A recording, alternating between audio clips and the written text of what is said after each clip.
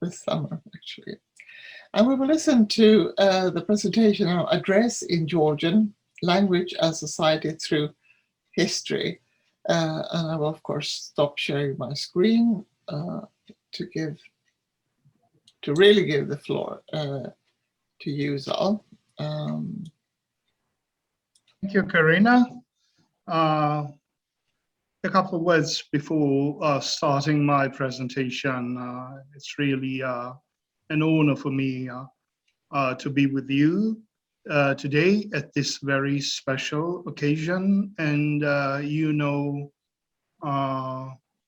that Malmö University is very dear to me, as I have been part of this university some years ago, not only participating in conferences, but also teaching at this university. I'm happy that in those years, it was called Malmö Högskola, and now it is Malmö Universitet, a full-fledged university, and it goes forth and forth. And I will always be concerned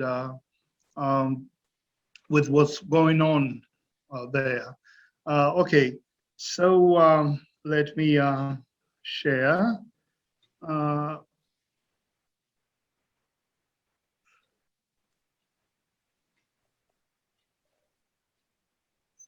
I hope you see it.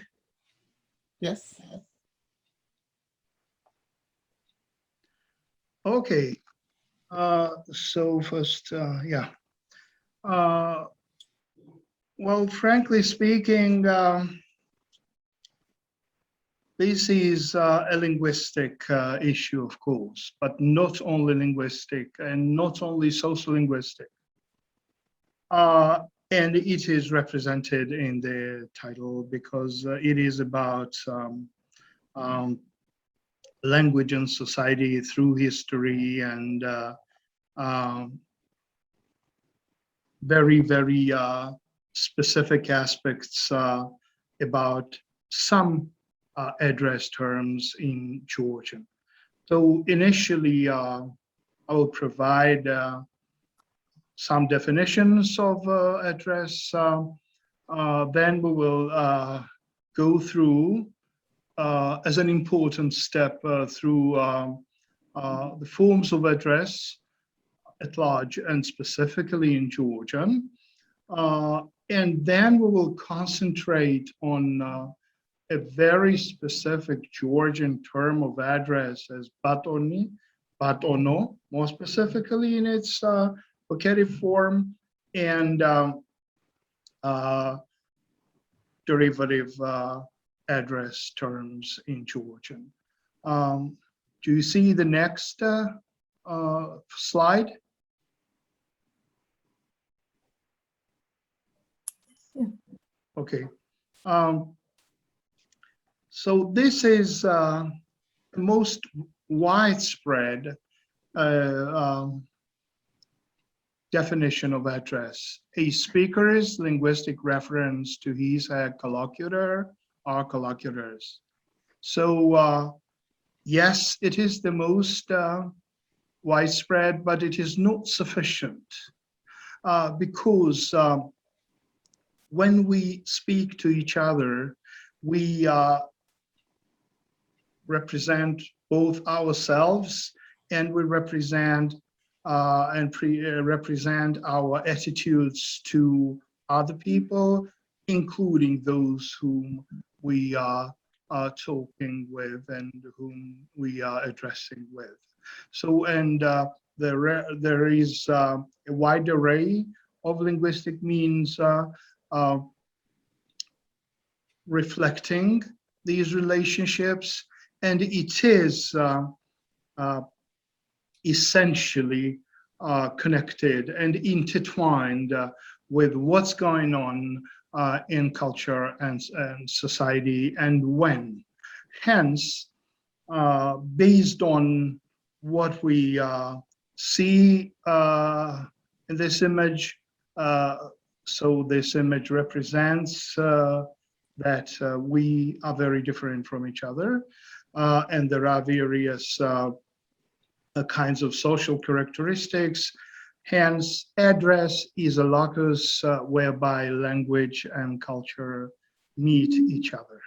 And this is also an essence of my presentation. Okay, as I already said initially, we will talk about forms of address, and judging from various kinds of literature, both on Georgian, Caucasian languages at large, and general linguistic works, there are three classes of forms of address: pronouns, verbs, and nouns. Normally, if we talk to, if we ask non-linguists about forms of address, and I've done it, they would initially concentrate on pronouns, at least the majority of them. And here is this division between T and V pronouns. A couple of words about what these designations refer to. It was in 1960 when Gilman and Brown published their seminal paper called Pronouns of Power and Solidarity, and they started this opposition of pronouns no longer presented in English, but it was in English, thou, ye, and but still presented in various European languages like Swedish du and ni, like French tu, vous, du, sie in German, and so on and so forth. So, and they used the Latin words tu for the second person singular pronoun, and vos for second person plural pronouns, and abbreviated them. And now we normally speak about T and V languages. It has no connection with television, of course. And here is what we have in Georgian. Well, nothing difficult, nothing different from most of those languages who have TV distinctions, because there are some languages all over the world in which we have T1, T2, T3, and V1, V2, etc. So I present them both in the Georgian alphabet and in the transcription. The T pronoun is a shen in Georgian, used for familiar address, neutral address, and tkven is second person plural pronoun used for multiple addressees, and of course used as a polite pronoun. Okay, but T and V are not only about pronouns. There are T and V verbs, and when we speak about verb forms of address, we have the same opposition: singular form and plural form. As we and there is a term pluralis honorificus, the Latin one, that is polite plural or honorific plural. So as for verbs, now they are marked. When in the singular, it is not marked, read, but in the plural, it is marked, that is, it takes on the plural suffix to, a better translation would be read, please. And another example, everything is the same, shechede, shechedet. But the problem is how to distinguish between a plural and an honorific. Well, the most widespread answer to this question is context. But to my mind, context is too vague a notion, well, to be based on in such situations. At least in some cases,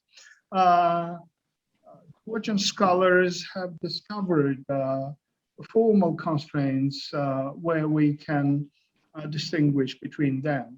For instance, that is, you are a kind person.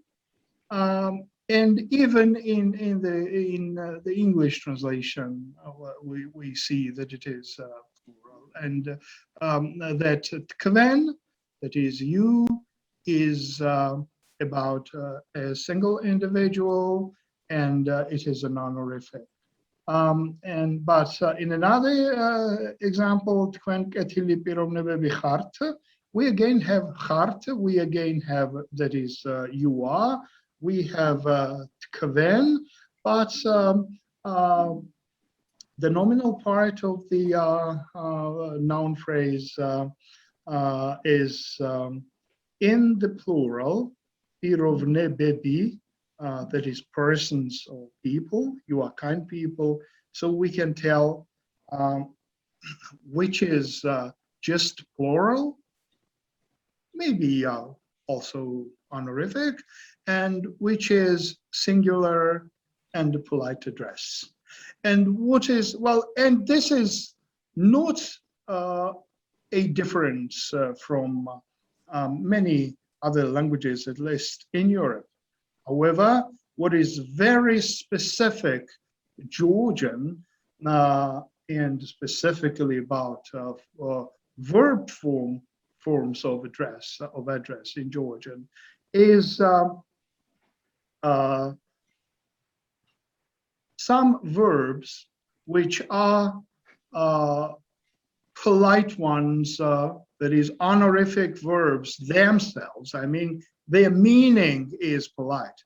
So when there are several, but I present only one of them. And in all examples, I mean the right-hand ones, you can notice that they have one and the same root. Brzan, brzan, brzan, brzan. Of course, it is inflected, yes, but we will speak about it later. Brzan, the verb, based on this root, normally refers to give an order, to give a command. Yes, and initially it had only this meaning. But later, it became an honorific verb.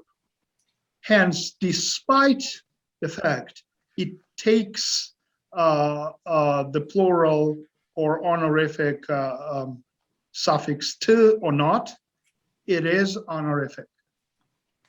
It is part of the polite address, and not only address, as a matter of fact. So we have these couples. Right-hand, left-hand ones are neutral forms or familiar forms, and right-hand ones are polite forms. Tkvi, and you see the English meaning, brzanit. Char, brzandevit.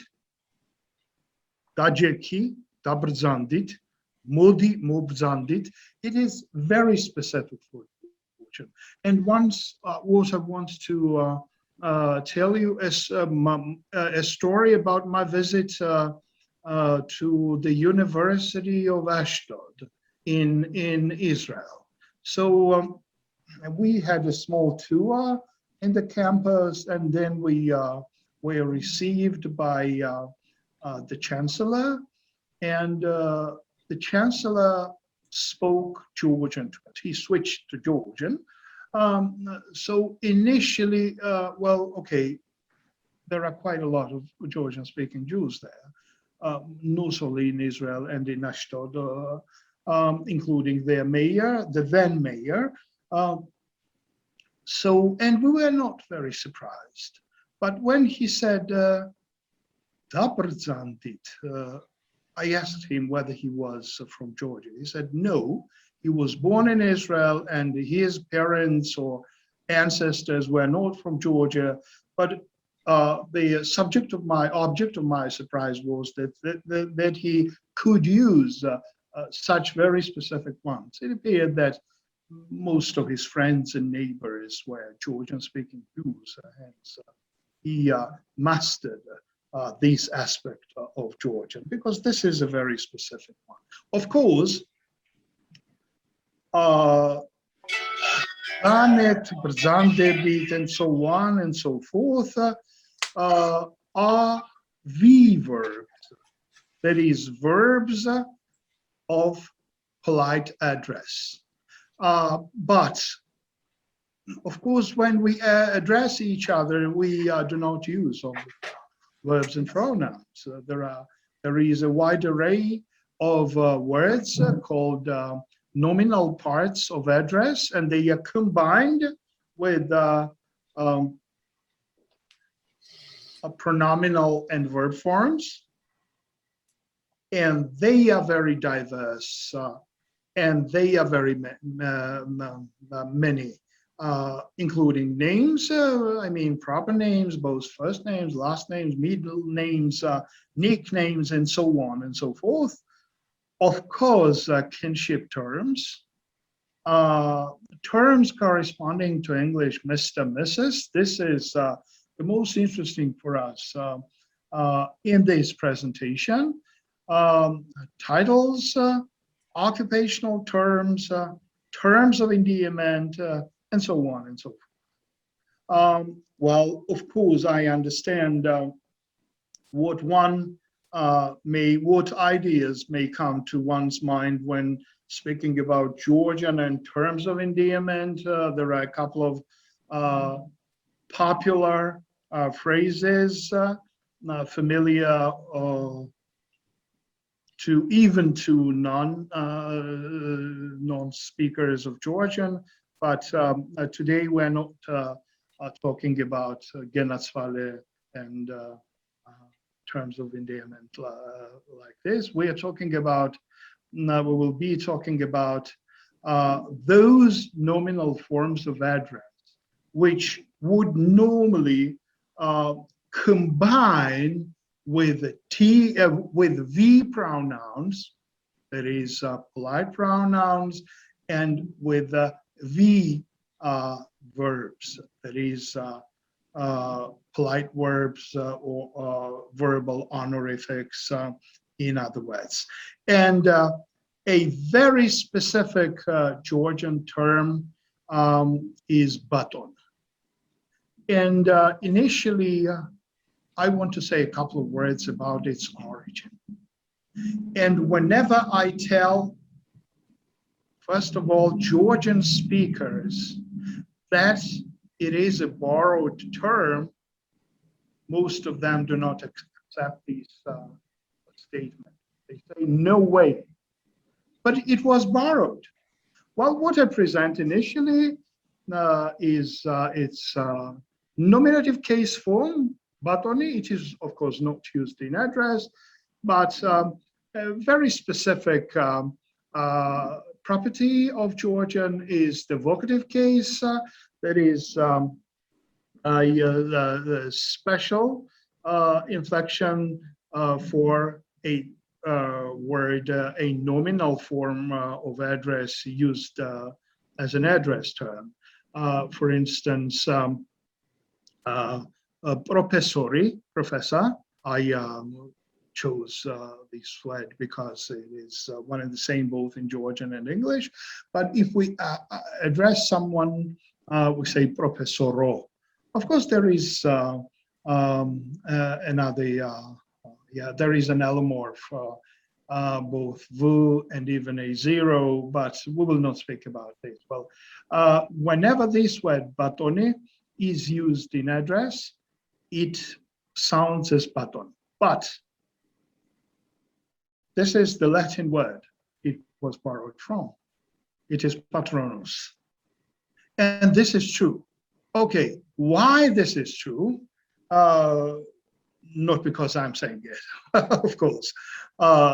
Let's see what it means in Latin.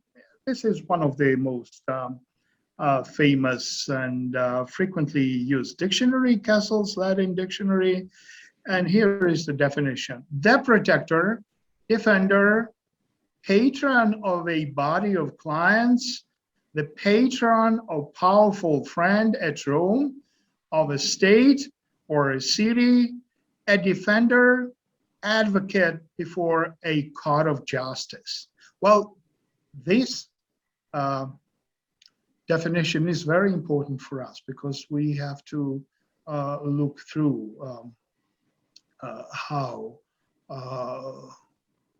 this word was used, in what meanings, in which meanings in Georgian.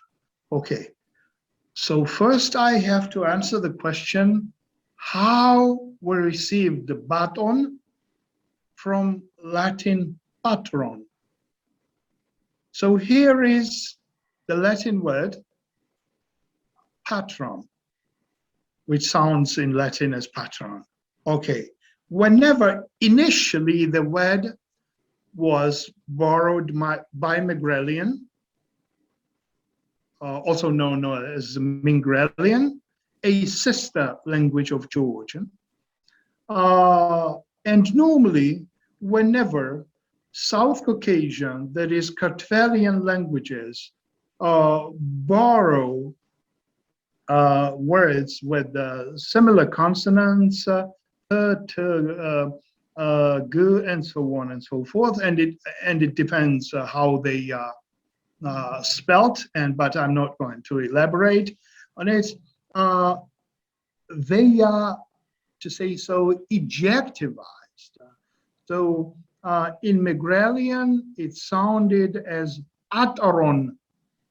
In Latin, it was patron, and it is, but in Megrelian, it is ataron. Because of the incompatibility of the consonant cluster tr in Megrelian, the r was dropped. So the next stage of adapting this word in Megrelian was aton. And if we go and look through Megrelian dictionaries or dictionaries of Megrelian, we will see this word aton. Not only this one, paten, also, but aton. Even in one of the Georgian dictionaries dating back to the 18th century, Sulkhasaba's Georgian lexicon, we have this word. The word patoni already borrowed in Georgia.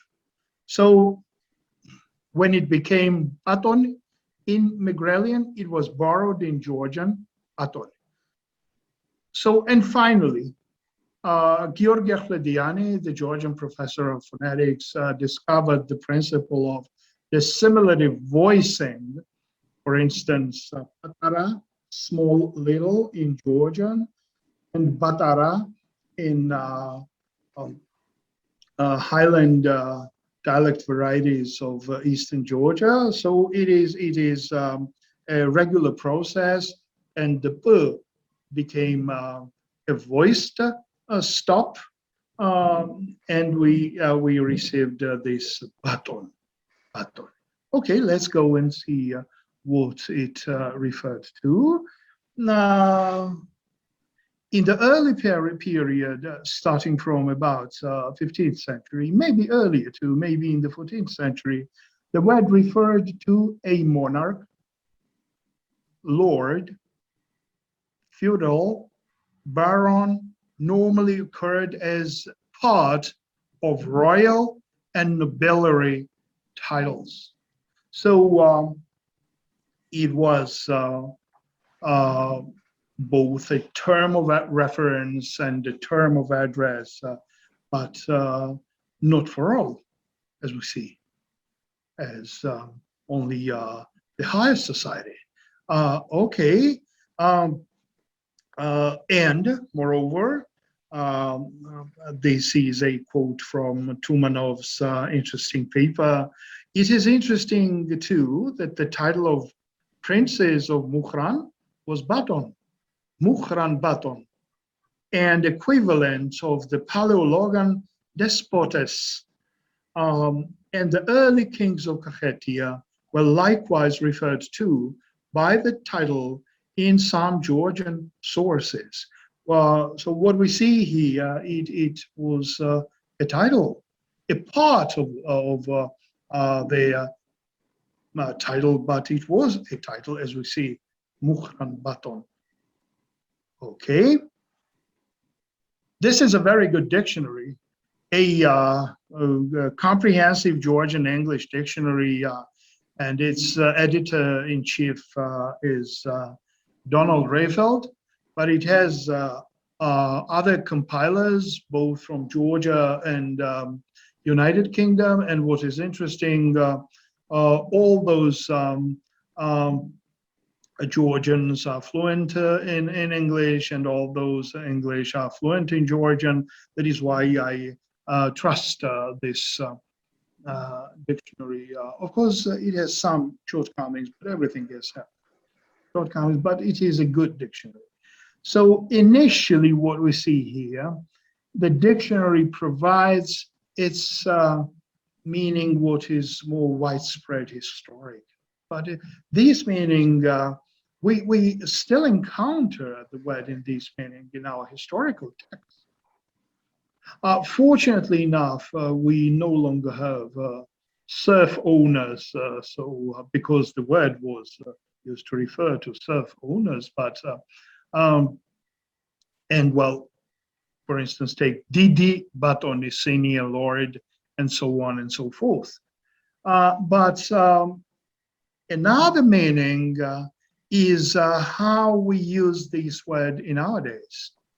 Gentleman, Mr., but not only as a term of address, but as just a response term. Batono, sir, excuse me, sorry, what did you say? And a very interesting meaning, baton'eb, which is translated not by me, it is very important, but the compilers of this good dictionary is ladies and gentlemen. Okay, so in the left column, you see what we already read about batoni, this word as a term of reference, as a term of address, and so on and so forth. But Georgian borrowed the Latin word patronus directly from Latin. No, this is batoni borrowed through Megrelian. But Georgian also borrowed this word directly and immediately from Latin. And as you see, it hasn't changed much except these adjectives. And you see that it mostly reiterates what we read in the definition from the Castle's Latin dictionary. Feudal lord, serf owner, tenure, lord, master, tavisi sitvis patronivar, I keep my word, patrons chabarda, ironical mete maker, or she got married, and owner, but and so on and so forth. What is interesting in number 3, protector, patron, guardian, what we already saw in the Latin dictionary.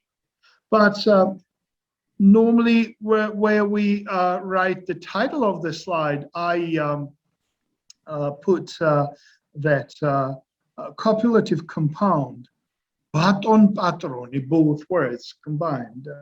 And it refers to a boss, a ruler, a proprietor. So this word in some way or another retains its earlier meaning, maybe the earliest one.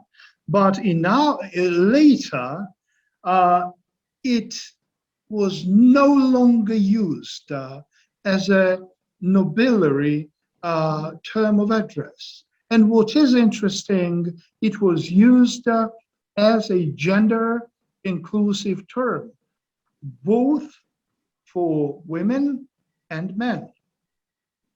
I chose the names which can be easily recognized as a woman's name, Elizabeth, kalbat'on Elizabeth. It doesn't mean that it is he, this is she, and kalbat'on Alexandre. Take, for instance, some letters written to the Wardropes. Oliver Wardrop was a diplomat at the turn of the 19th and 20th centuries, and he lived in Georgia, and his sister Marjorie, and both were fluent in Georgian. And when I look through some of the letters written to them, so in both cases we have kalbat'on Marjorie and kalbat'on Oliver. So it was a common way of address, a generic term, gender inclusive term for representatives of both genders. Of course, there was a word kalbat'on, and you see here how it was derived. Kalbat'on plus woman, or more exactly, woman plus kalbat'on. But the word was used as a nobiliary term. Kalbat'oni used to refer, or as a term of reference, or kalbat'on was used as a term of address to a wife of a serf owner. So it was not general term of address, but little by little, it also lost its that meaning, and sometimes it was used instead of kalbat'on. And it is very interesting that beginning from the early 19th century, we were occupied and annexated by Russia. And we had a small period of independence in the early 20th century, and then repeated occupation till 1990. And even under the Russian rule, both the Tsarist and communist regimes, when the customary Russian pattern of address consisting of a person's given name and patronymic was forcibly imposed on speakers of Georgian, kalbat'on and its derivative terms demonstrated steadiness and preference. So, as you know, that in Russian, and not only in Russian, of course, they have this customary formula, address formula, first name, a given name, plus, well, it's my mistake here to write patronymic plus first name. It's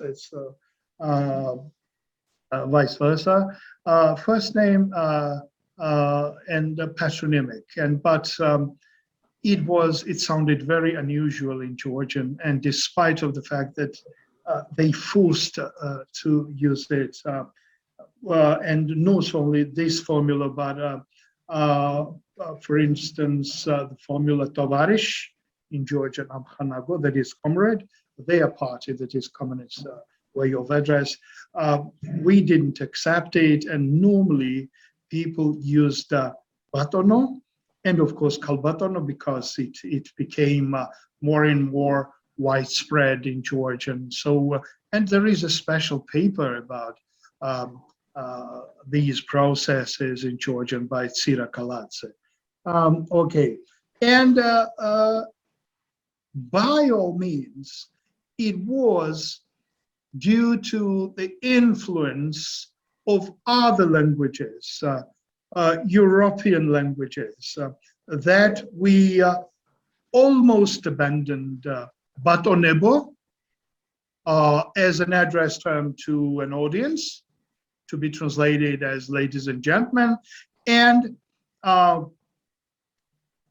designed this one, kalbat'on.eb.o, which is exactly ladies and gentlemen. But still, there is something very specific for Georgian. We still use the address term, which has a reversed word order, bat'on.eb.o, the kalbat'on.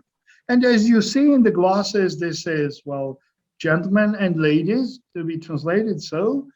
And what is interesting, if we go and read the text by Geoffrey Chaucer, we see that ladies and gentlemen was a reversible term, and we sometimes we may come across gentlemen and ladies in the text of that period in English, but we still have this one. So is it a preference for someone? Is it a gender preferential form? I mean, kalbat'on.eb.o, the bat'on.eb.o, when we address ladies first and then gentlemen? Or is it a masculine preferential when, but in bat'on.eb.o, the kalbat'on.eb.o, when we address gentlemen first and then ladies? No way, absolutely. Well, it is more natural to say in Georgian, bat'on.eb.o, the kalbat'on.eb.o. But this is not due to any of the historical or socio-cultural phenomena. No, this is purely a purely prosodic feature, so-called Panini's rule, a shorter constituent preceding a longer one. But kalbat'on.eb.o, the bat'on.eb.o is by all means a pattern borrowed from European languages. But normally, if we see bat'on.eb.o is sometimes also used in very formal situations. But all of them have a single translation in English: ladies and gentlemen. Well, I went to the Georgian National Corpus and conducted queries for bat'on.eb.o, the kalbat'on.eb.o, and kalbat'on.eb.o, the bat'on.eb.o. And what we see here, kalbat'on.eb.o, the bat'on.eb.o, feminine preferential word order, is more frequent, 232 hits. And bat'on.eb.o, the kalbat'on.eb.o is less frequent, 138 hits. But I said that it is more natural in Georgian, because of that prosodic rule, to say bat'on.eb.o, the kalbat'on.eb.o. Yes, this is linguistics, but we are influenced not only by those rules and constraints present in language, but we live in society. So, and of course, such phrases and such formula are used only in very formal situations, wherever a speaker or speakers control themselves. So as far as it is a borrowed construction, borrowed word order, moreover, that we assume, I mean, native speakers of Georgian, that we normally initially refer to women, then my explanation that kalbat'on.eb.o, the bat'on.eb.o occurs more frequently in the Georgian national corpus is that it is the socio-cultural impact. Okay, so when we say that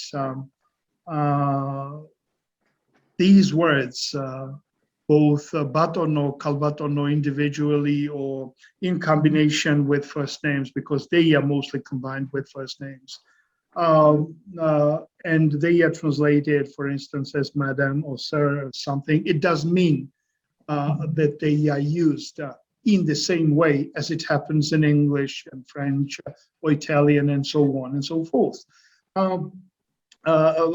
Normally, of course, it can be normally translated as sir, but it is interesting that it is used not only as a term of address. For instance, excuse me, I beg your pardon, number 2 of batono, and an addressee's response term, and a term for answering a telephone call. For instance, well, a similar term to Italian pronto. For instance, in Sweden, when you pick up a phone, you pronounce your full name.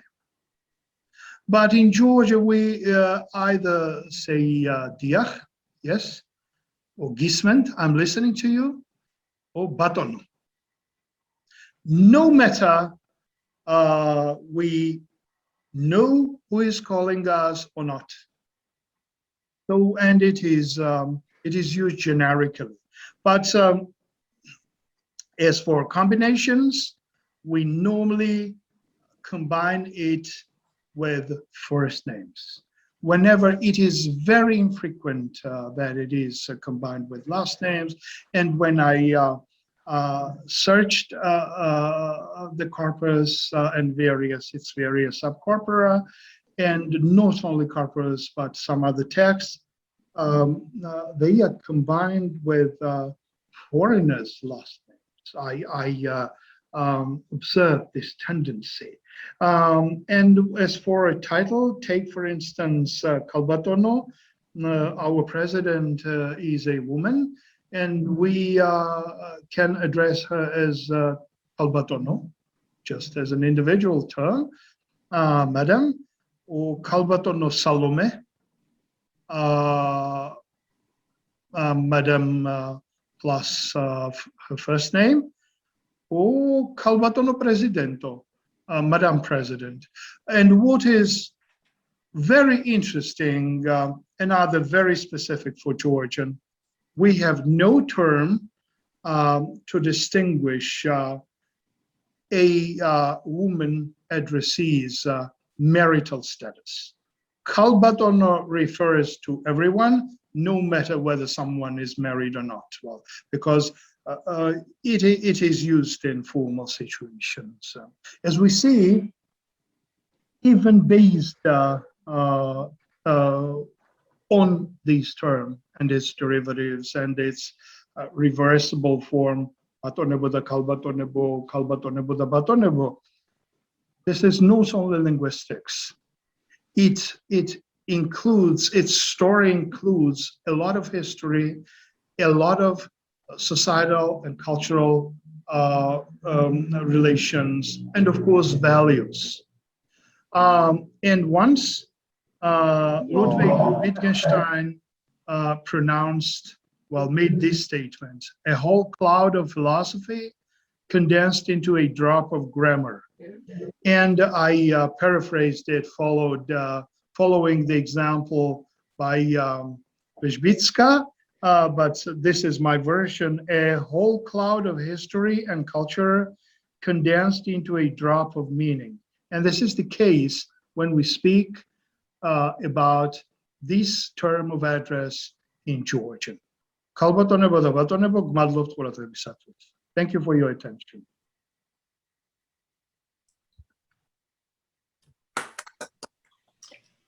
So, yes, thank you, Zaal, so much. We would have liked to give you a huge applause here, but that is one problem when you do it on Zoom.